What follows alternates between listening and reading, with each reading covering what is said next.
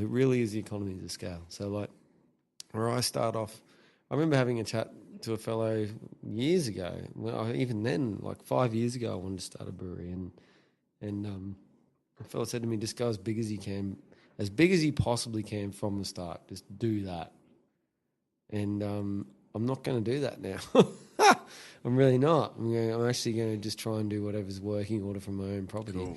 And eventually we'll scale up. Like we will. Yeah, We're that's gonna, a great idea. whether we outsource to someone else to make our beer, or we get like an industrial shed to make our beer, like on the I larger hate scale. the idea of debt, mate. Yeah, I don't believe in that. well, me too. I'm the same, but we're fortunate to be able to do that. You and I both are actually fortunate to be able to. There's a lot of people out there that just have to run off debt, unfortunately. Yeah, but some people get lost in the idea of big scale. Yeah. What I need to do is get a $700,000 loan to do something. I can't even think about that because I've got like a mortgage and on an investment property, and I see how much money it is just to have that much money. Like, you know, I've got a loan and I've got to turn over this much to have that loan, and it's just when that property's empty, which equates to when the business isn't making money, you are copping it like heavily. So, like on the Gold Coast, it's heavily tourist orientated. Why would you lease a huge industrial site and build like a major brewery on it if you knew seasonal stuff would happen? Like for me, it makes more sense to start at my own property where there's no lease. And if it starts to make money, then I'll lease like the shed to the business, and it'll be a bit of a tax break sort of thing, something like that. There's ways of doing stuff, as I understand. I'm not a genius at this, but I've just spoken to people. And if there's one pearl of wisdom to come out of this, I always ask 3 people that are what I consider experts of something, and I triangulate what they say. And so like I see what they say differently and see what they say the same and work it out. And that's really good advice given me by my mother, and I think it's great. I'll try and work off that as much as I can. Yeah. So anyway, that's that little pearl of wisdom. But basically, yeah, if we are not looking to go massive and sell. That's not our goal. Our goal is first and primarily to create a good beer for people off my property, and then we'll go from there. Put it there, Pete Wheldon. Thanks, bro. We're done, mate. Good beer here. Hour and a half. Wow. Oh, man, if anyone's hung on good. this long. What's that beer again? That is the Garage Project Voodoo Queen, Louisiana Voodoo Queen. Oh, look, there's a little bit left. Can I have that? You absolutely can have that. That is all yours. But be careful. It's only 9.5% alcohol. But that is the beer that we have with Jamie. And like after we had it, our last podcast, I went out and grabbed the bottle because I really loved it. Where'd you buy these? Probably at like Bowen Fields in Brisbane, like Bowen Hills Celebrations. Yeah. Yeah, shout out to Phil. So where do we buy your beer on the coast? So it's only kegs, right? So packaging beer is a big expense. So you should order it, though. You should ask for it all the time, right? Always ask for it, please. Yeah, it will really help us. So Currumbin Valley Brewing, Lookout's first beer, local pale ales. Next one's about to be released at Brewski, and it'll also be on the Goldie at Bine at Nobby's Beach. It'll be the first place for it. So, but packaging beer is a very big expense, right? So we can't afford to do it at the moment. So basically, while we're gypsy brewing, which means we don't have a brewery of our own, we go and look for a brewery that will have us in. They'll give us a charge on top for letting us. It's like a rental, basically. We're renting their brewery and their fermenter space for a period of time, and their labour, because someone there will have to look after it. So I'll give a big plug to Black Ops now, because they did that for us for our launch. Govsy is an incredibly talented brewer and is a wealth of information, and I really applaud the guy, and hats off all round. If you need to do that, so if you need anything to do with beer on the Gold Coast, any question, go and talk to him at Black Ops. And the cellar doors open, I think, from about maybe midday to 6 or 10 to 6 daily. So please get down there and support Black Ops, because we wouldn't be on the market without them. And cool. So there's the plug for those guys. And basically, get our beer in kegs. Ask for it on tap. Right. In the venues you go to. Got to be independent though. The Coles and Woolies, Woolies pubs. They're killing it in bands, and I'm in a cheeseball cover band, mate. It's the best party band, mate. Let's just I know that. Yeah, but as far as like we did a Coles gig on the weekend, And the manager there, he's just a manager put in charge of a Coles business, but it happens to be a pub. Yeah. He doesn't give a shit. He doesn't know. He doesn't care. They don't have to. He doesn't even have to count numbers. It's a system. It's just like I'm selling beer. Yeah. It is a system. It's a corporate system, right? Yeah. So, like, there's no challenge. It happened so fast, but Pete. Yeah. Like, how did that happen so fast? How did the government not think that was pretty stupid? Like, again, it comes back to the business versus human side of things, in my mind anyway. Now, I've had a few beers, so... Have you? Yeah, just quietly. 8% ones. Anyway, the business side of it says make money. The human side of it is about like compassion and all that sort of stuff. But challenge too. I mean, we're not robots, and we shouldn't be put in a position where we are robots. It should be like every day when you come to work, you want some sort of challenge, something new, something different to do. Or for me personally, I don't want something to fix, something to solve. I don't want to address the same thing day in, day out. I need to have a growing challenge all the time. Otherwise, I might as well just be like playing the same computer game over and over again, something like that. You know, it's like, Christ, I'm getting nowhere. I love that challenge. I want the new skills. I want everything.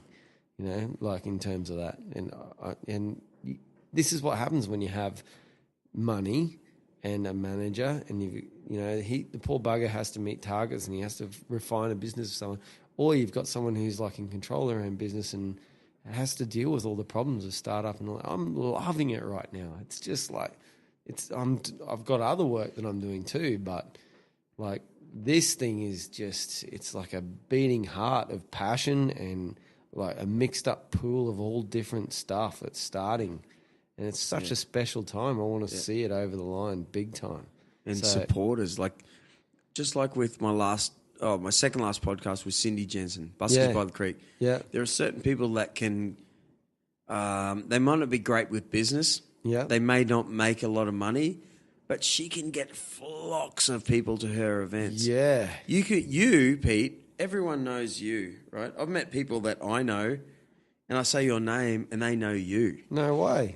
Deb, Moog. Oh, yeah, You know, that's just like two people. Yeah, yeah.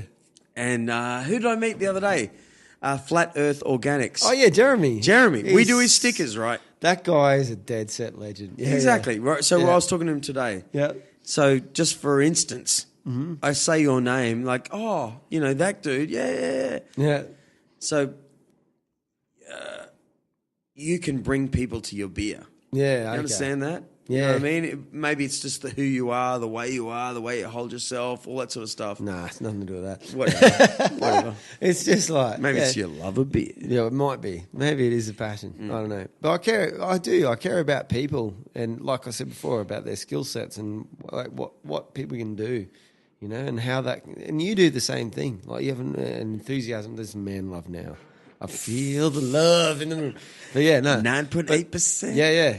But seriously, when it comes down, it's about harnessing like strengths in people and stuff like that. And that's another business challenge too, right there. Like as I'm learning, because I'm so newbie at this stuff, like all I know is how to brew beer. I don't know business, and like it's about like what strengths people have and how you can make it work and all this sort of stuff. I don't know, man. There's just so many good people. I see it all the time. There's people who are so enthusiastic about what they're doing. That just seems to be the key. It's like, as long as you're passionate, as long as you if you can identify what it is that makes you tick and what gives you a challenge, that's what you got to dig in and do, isn't it? Really? Yeah. It's like my neighbours here, the Mad Hueys. Yeah. There's two brothers. They're passionate about what they do. And whatever that do is whatever, I don't even know. Yeah. Fishing and surfing but they've got two other business partners who are silent. Yeah. Who know how to sell their product. Okay. It might turn out that way for you. Yeah. You're the mad chemist. Yeah. You're the mad beer chemist that I've always known. Yeah. It's your fucking email. Yeah. For Christ's sake, you know what I'm saying? Yeah, that's a band reference over. Yeah. Yeah, but it is. But at the same time, it is exactly who you are. Yeah, okay. You didn't just settle on this beer like that. Yeah. You took a long time to say, this is my beer. This is exactly what it is. Yeah. You didn't, you go into your lounge room, you've got different taps. Yeah. You've got taps you're pulling beers on your own. I wish I thing. had more taps so I could make more beer. Thanks for giving me that fridge yesterday too, the chest freezer. Is it good? I don't Does it know. fit a keg? It's empty. Okay. But Doesn't stink too bad? It will. Yeah, it'll fit. It'll fit stuff in soon. But this is what I mean. Like, if the more capacity I have to brew, the more stuff I brew. In fact, what we're thinking of doing at the moment, I was talking to Luke today on my way here, is that like the guys that have helped us out, because to brew this beer, there's been a premium involved with brewing it, so that's outside of the cost of the ingredients and all that sort of stuff. Because we've had to like lean on Black Ops to brew the beer for us, so there's a rental charge and all that sort of stuff, right? So what we've decided to do is they've unquestionably, based on my relationship that I have with them, working with Calibre Craft Beer as well, which has helped, and I must plug them, is that like. They just instantly, they didn't even ask the price. They just said, new beer. Yeah, it's your beer, Pete? Excellent. Can we have it? And I'm like, shit, it's such an amazing thing. And it's not just, again, here I go. It's not just my beer. It's mine and Luke's beer. And we have worked hard at this. But like friggin', the point is that I want to be able to brew beers at home that I can just go and give to them. Because I can't brew beers at home and sell them, right? There's too much involved, like food, health, safety, excise for tax, all sorts of stuff, you know. But I can brew a beer at home that I can give someone. So I can brew a beer that is indicative of what we do and give it to them, something special, and say, thank you very much for your support early on. Here's a beer. Tell me what you think about it, because like if it's really good and you really like it, then we'll have it later, you know. So that's part of it there. That was a photo, was it? Yeah. Free the hops. I wish you got one with this glass. How come see, you're not even drinking that. Well, I'm sipping it. Can you tell me right now then, because you're totally in beer, Yeah. sometimes you feel trapped by the beer. I'm completely engaged by beer. In fact, I'm not sure. I'm not sure. No, it was a stupid I question. think my wife is jealous. And she'd be right to be. Just give us some now and then. Well, beer. yeah, it's wearing thin. It's like it's like that mate you said earlier. We were talking about who like used to be not quite fit, but now is like majorly fit because her husband is like a serious like workout guy. Well, that's the same sort of thing. Daniil, like this is part of the local pale ale story, really, which is our pale ale we're going to release this week. Is basically that like Daniil, my partner, who I love and wouldn't be shit without, is like, man, she doesn't even like beer. She doesn't like beer. All my beers are too bitter because I love hops. And then the next thing she friggin' is drink. She emptied this keg. She had more of this keg of local pale ale than I had. And I went, okay, alarm bells are ringing. Finally, I've brewed a beer that might be like good for the ladies or commercial or good for everyone. So what we see at Brewski on the 11th this Friday at 5 p.m. is going to be the two ends of the spectrum as far as it goes. Now, all things going well. Again, it's been contract brewed by Bacchus in Cleveland, Capalaba, Cleveland, somewhere there. Is the double IPA for the beer geeks, and then you've got this friggin' pale ale, which is technically for people who are totally entry level. It's like there's nothing challenging about this beer. What's the percentage? 4.4%, maybe 4.5, I think, cool. this time around. So not too rough. No. The first time I brewed it, it was 4.2. I was looking for a session beer. I wanted a beer that everyone could drink. It's like the 4-pack you grab or 6-pack you grab to go over to your mate's place to watch a footy of an afternoon. You can still drive home. It's that beer. What controls the percentage? The hops, is it? No, actually the grain. So the grain and the yeast technically and fermentation temperatures, but basically you're looking at how much grain you put in from a start point. So you're a chemist. Yeah, starting gravity. You're a chemist, Wheldon. Yeah, I love it. Yeah. I think your mustache has grew longer in this podcast. Yeah. Is that Movember? My name's Juan. Yeah, it is Movember. Thanks, Drew. Yeah, we'll put a plug in for my Movember efforts. Mate, put it there. Thanks, Drew. All right. It's been like We've 2 got hours. 2 hours or something. Something like that. Is it the longest podcast ever? Sorry, it could be longer, but I need a piss. Okay, go. I won't ramble on anymore. Thanks, mate. Thank you so much for having me. Where do we find you? Instagram? Currumbin Valley Beer. That's right. And Give Me Hops for my personal one. Punk Piss Beer for Lukey.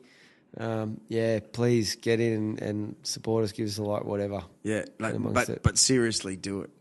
Yeah, we're if going. you're listening to this, it's a great beer. Thank you, Drew. It's the great beer. Yeah. Obviously. All right, what's the song, mate? It's got to be my modus operandi. What was that tune we were saying before? Can we rip that one?